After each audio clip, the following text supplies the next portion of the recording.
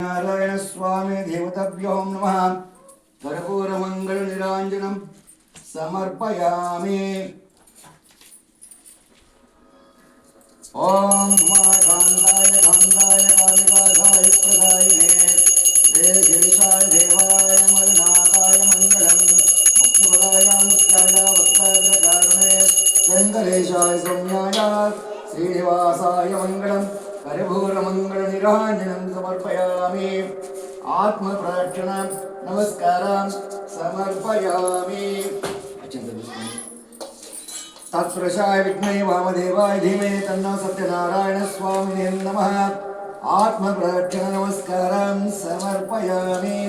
सत्यनारायण स्वामी व्रतकथा రెండోధ్యాయామి ప్రారంభః। భూమిని శ్రేష్ఠులారా మరి ఒక కథ చెప్పుచున్నాను, శ్రద్ధగా వినండి. పూర్వము కాశీ నగరమున ఒక బ్రాహ్మణుడు నివసించుచుండెను. అతడు చాలా దరిద్రుడు, విచారణ చే కాలము గడుపుచుండెను. ఆ బ్రాహ్మణుడు ఆ విధముగా దుర్భారమైన కష్టాలు అనుభవించుట చూచి సత్యనారాయణ స్వామి ఒక ముసలి బ్రాహ్మణ రూపము ధరించి ఆ బీద బ్రాహ్మణునికి ఎదురుగా పోయి బ్రాహ్మణుడా, నీవు ఏ విధమై ఉన్నావు నాయన, ఇట్లు దరిద్రము అనుభవించుచున్నావు, తిరుగుచున్నావని అడిగిన వాడాయను. ఓ ప్రభు, నేను మికిలి చాలా దరిద్రుడను, భిక్షాటన చే కాలము గడుపుచుంటిని. నా దరిద్రము పోనీకే ఏమైనా ఉపాయం ఉంటే మా యందు దయగలిగి చెప్పగలవని కోరిన వాడాయను. అందులకు సత్యనారాయణ స్వామి స్వరూపుడైన ఆ ముసలి బ్రాహ్మణుడు ఇట్లు చెప్పుతున్నాడు కదా, ఓ ఈ బ్రాహ్మణుడా, నీవు సత్యనారాయణ స్వామి వ్రతాన్ని చేసినట్లయితే జీవితాంతకాలం కూడా సుఖంగా ఉండి అంత్యకాలానికి స్వర్గానికి చేరుకుంటావని తెలిపిన వాడాయను. ఆ విధంగా చెప్పి ఆ ముసలి బ్రాహ్మణుడు వ్రతము చేసే విధానం కూడా చెప్పి అక్కడనే అదృష్టమైపోయేను. తర్వాత గీతా బ్రాహ్మణుడు తనలో తాను ఇట్లు అనుకుంటున్నాడు కదా, ఆ బ్రాహ్మణుడు చెప్పిన సత్యనారాయణ స్వామి వ్రతము మహాశ్రేష్టమైనది, కానీ నా దగ్గర శక్తి లేదు, ఏ విధముగా చేయవలనని తన మనసు లోపల సంకల్పించుకున్న వాడాయను. ఆ బీద బ్రాహ్మణుడు ఆ రోజు రాత్రికి సంతోషంగా గడిపి మరునాడు సూర్యోదయానికి ముందే నిద్ర లేచి కాలకృత్యాలు నెరవేర్చుకొని స్నానము చేసి చిరిగిపోయిన నారబట్టలు కట్టుకొని సత్యనారాయణ స్వామి, ఈ రోజు నేను నీ దయ వలన పట్టణానికి భిక్షాటనకు బయలుదేరుతున్నా. నాకు భిక్షము దొరికితే అమ్ముడు పోగా వచ్చిన ధనముతో సత్యనారాయణ స్వామి వ్రతాన్ని తప్పకుండా చేస్తానని ప్రతిజ్ఞ చేసుకొని పట్టణానికి బయలుదేరిండు. ఆ బీద బ్రాహ్మణుడు సత్యనారాయణ స్వామి అనుగ్రహము వలన ఆ బీద బ్రాహ్మణునికి రోజు భిక్షము కంటే అధికముగా భిక్షము దొరికినది. పట్టణానికి అమ్ముడు పోగా రోజు ధనము కంటే రెండంతలు ధనము వచ్చెను. అందుకతడు మికిలి సంతసించి అరటి పండు, ఆవు నెయ్యి, ఆవు పాలు, గోధుమ నూక మొదలగునవి పూజా సామగ్రిలు మొత్తము తీసుకొని ఇంటికి వచ్చి తన బంధుమిత్రులందరినీ కూడా రప్పించుకొని సత్యనారాయణ స్వామి వ్రతాన్ని ఆచరించిండు. వ్రతం యొక్క ప్రభావం వలన ఆ బ్రాహ్మణుడు జీవితాంత కాలం కూడా సుఖంగా ఉండి అంత్యకాలానికి స్వర్గానికి చేరుకున్నాడు. ఆ బ్రాహ్మణుని కుమారుడు కూడా సత్యనారాయణ స్వామి వ్రతము చేచుండే. బంధువులు స్వజనులు వచ్చి ఆనందముతో కథను వినుచుండేరి. ఆ విధముగానే బ్రాహ్మణుడు వ్రతము చెప్పుచుండగా కట్టెలు నమ్ముకొని జీవించువాడు ఒకడు వచ్చి కట్టెల కావడిని వీధిలో నుంచి లోపలికి వచ్చి సత్యనారాయణ స్వామి వ్రతాన్ని చూస్తున్నాడు. కట్టెలు నమ్మువాడు మికిలి ఆకలి తప్పిలి కనుక బ్రాహ్మణుడు చేచున్న వ్రతాన్ని చూసి, ఓ మహాత్మా, మీరు చేస్తున్న ఈ వ్రతాన్ని ఏమి వ్రతం అందరూ ఈ వ్రతాన్ని ఆచరిస్తే ఫలమేమి వచ్చును, దయతో విషయమంతయు సవిస్తరముగా తెలుపమని కోరిన వాడాయను. కట్టెలు నమ్మువాడు అట్లు అడుగుతుంటే బ్రాహ్మణుడు ఇట్లు చెబుతున్నాడు కదా, ఓ ఏ కట్టెలమ్మువాడా, మేము దరిద్రము పోనీకి సత్యనారాయణ స్వామి వ్రతము చేస్తున్నామని చెప్పి వ్రతము చేసే విధానం కూడా తెలిపిన వాడాయను. కట్టెలమ్మువాడు ఆ బ్రాహ్మణుడు చెప్పిన కథ మొత్తం విని తీర్థ ప్రసాదాన్ని స్వీకరించి భోజనము చేసుకొని తన నగరానికి వెడలిపోయేను. కట్టెలమ్మువాడు ఆ రోజు రాత్రికి సంతోషంగా గడిపే మరునాడు సూర్యోదయానికి ముందే నిద్రను లేచి కాలకృత్యాలు నెరవేర్చుకొని స్నానము చేసి చినిగిపోయిన నారబట్టలు కట్టుకొని సత్యనారాయణ స్వామి, ఈ రోజు నేను నీ దయ వలన అరణ్యానికి బయలుదేరుతున్నా. నాకు కట్టెలు దొరికిన అమ్ముడు పోగా వచ్చిన ధనముతో సత్యనారాయణ స్వామి వ్రతాన్ని తప్పకుండా చేస్తానని ప్రతిజ్ఞ చేసుకొని అరణ్యానికి బయలుదేరిండు. కట్టెలమ్మువాడు సత్యనారాయణ స్వామి అనుగ్రహం వలన కట్టెలమ్మువానికి రోజు కట్టెలు మూపు కంటే అధికముగా కట్టెలు దొరికినాయి. పట్టణానికి అమ్ముడు పోగా రోజు ధనము కంటే రెండంతలు ధనము వచ్చెను. అందులకతడు మిగిలి సందర్శించి అరటి పండు, ఆవు నెయ్యి, ఆవు పాలు, గోధుమ నూక మొదలగునవి పూజా సామగ్రిలు మొత్తము తీసుకొని ఇంటికి వచ్చి తన చుట్టాలందరినీ కూడా రప్పించుకొని సత్యనారాయణ స్వామి వ్రతాన్ని ఆచరించిండు. కట్టెలమ్మువాడు జీవితాంత కాలం కూడా సుఖంగా ఉండి అంత్యకాలానికి స్వర్గానికి చేరుకున్నాడు. ఇది సత్యనారాయణ స్వామి వ్రతకథ 2వ అధ్యాయాన్ని సంపూర్ణ. బోలో సత్యనారాయణ మహారాజుకి జై.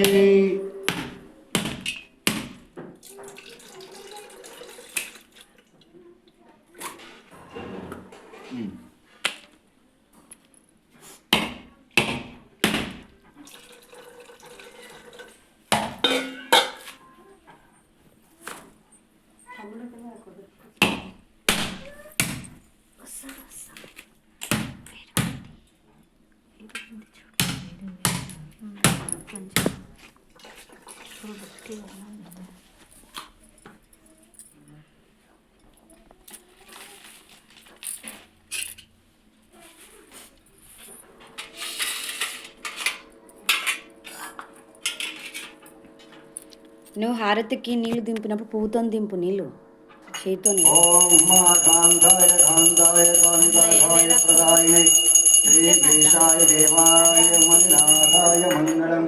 సత్యనారాయణ స్వామినే నమః. కర్పూర మంగళ నిరాంజనం సమర్పయామి. ఆచమనీయం సమర్పయామి. ఆత్మ ప్రదక్షిణ నమస్కారం సమర్పయామి. తత్ప్రసావిద్మహే వామదేవాయ ధీమహి తన్నో సత్యనారాయణ స్వామినే నమః. ఆత్మ ప్రదక్షిణ నమస్కారం సమర్పయామి. సత్యనారాయణ స్వామి వ్రతకథ 3వ అధ్యాయాన్ని ప్రారంభ. ఓ ముని శ్రేష్ఠుడారా, మరి ఒక కథ చెప్పుచున్నాను, శ్రద్ధగా వినండి. పూర్వము ఉల్కాముకుండను రాజుగరుడు. అతడు ఇంద్రియమును జయించువాడు, సత్యవంతుడు. అతడు ప్రతిదినమున దేవాలయముకు పోవును. బ్రాహ్మణులకు విశేష ధనమిచ్చి సంతోష పెట్టుచుండెను. అతని భార్య చాలా సౌందర్యవతి, మంచి గుణములు గలది. ఆ దంపతులు ఒకనాడు భద్రా నది ఒడ్డునకు పోయి సత్యనారాయణ స్వామి వ్రతాన్ని ఆచరించిరి. ఆ రాజు అట్లు వ్రతము చేచుండగా ఒక వైశ్యుడు అనంతమైన ధనముతో పడవ నిండా ధనము తీసుకొని వ్యాపారము చేసుకుంటూ రాజు చేచున్న వ్రతాన్ని చూసి తన పడవను ఒడ్డునకు పట్టించి రాజు వద్దకు పోయి ఇట్లు అడుగుచున్నాడు కదా, ఓ రాజా, నువ్వు ఇప్పుడు చేస్తున్న ఈ వ్రతాన్ని ఏమి వ్రతం అందురు? ఈ వ్రతాన్ని ఆచరించిన ఫలమేమి వచ్చును? దయతో విషయమంతయు సవిస్తరముగా తెలుపమని కోరిన వాడాయను. ఆ వైశ్యుడు అట్లు అడుగుతుంటే రాజు ఇట్లు చెప్పుతున్నాడు కదా, ఓయే వైశ్యుడా, మాకు పుత్ర సంతానం లేదు నాయన. మేము సంతానము గురించి సత్యనారాయణ స్వామి వ్రతము చేస్తున్నామని తెలిపిన వాడాయను. ఆ వైశ్యుడు రాజు చెప్పినంత విని, రాజా, మాకు కూడా సంతానము లేదు. మేము కూడా సత్యనారాయణ స్వామి వ్రతాన్ని ఆచరించి సంతానము పొందుదుమని పలికిన వాడాయను. ఆ వైశ్యుడు తన వ్యాపారాన్ని పూర్తిగా చేసుకొని తిరిగి తన స్వగ్రామము చేరుకొని అతని భార్య అయిన లీలావతితో ఇట్లో చెప్పుతున్నాడు కదా, ఓ లీలావతి, మనకు సంతానము కలిగితే సత్యనారాయణ స్వామి వ్రతాన్ని తప్పకుండా చేస్తానని ప్రతిజ్ఞ చేసుకున్నవాడాయను. ఒక దినమున లీలావతి భరతతో సుఖించి గర్భవతి అయి 10వ మాసంబున 12 ఆడబిడ్డకు జన్మనిచ్చెను. ఆ వయసు దంపతులు తమ కుమార్తెకు కళావతి అని నామం పెట్టి అల్లారు ముద్దుగా పెంచుచుండిరి. ఆ కళావతి శుక్లపక్షే చంద్రుని వలె దినదిన అభివృద్ధి ఆయను.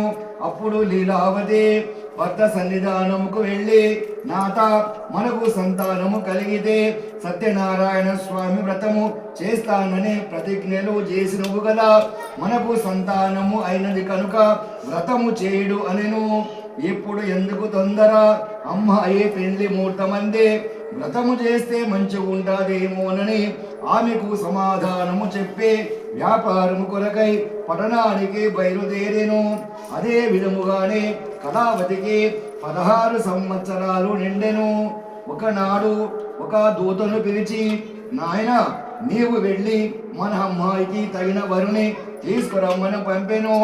ఆ దూత తోడని కంచనాపురము వెళ్ళి ఒక యోగ్యుడైన వైశ్య కుమారుని తీసుకొని వచ్చెను. ఆ వైశ్య కుమారునికి తమ కుమార్తె అయిన కళావతి ఇచ్చి మహావైభవంగా పెళ్లి చేసిన వాడాయను.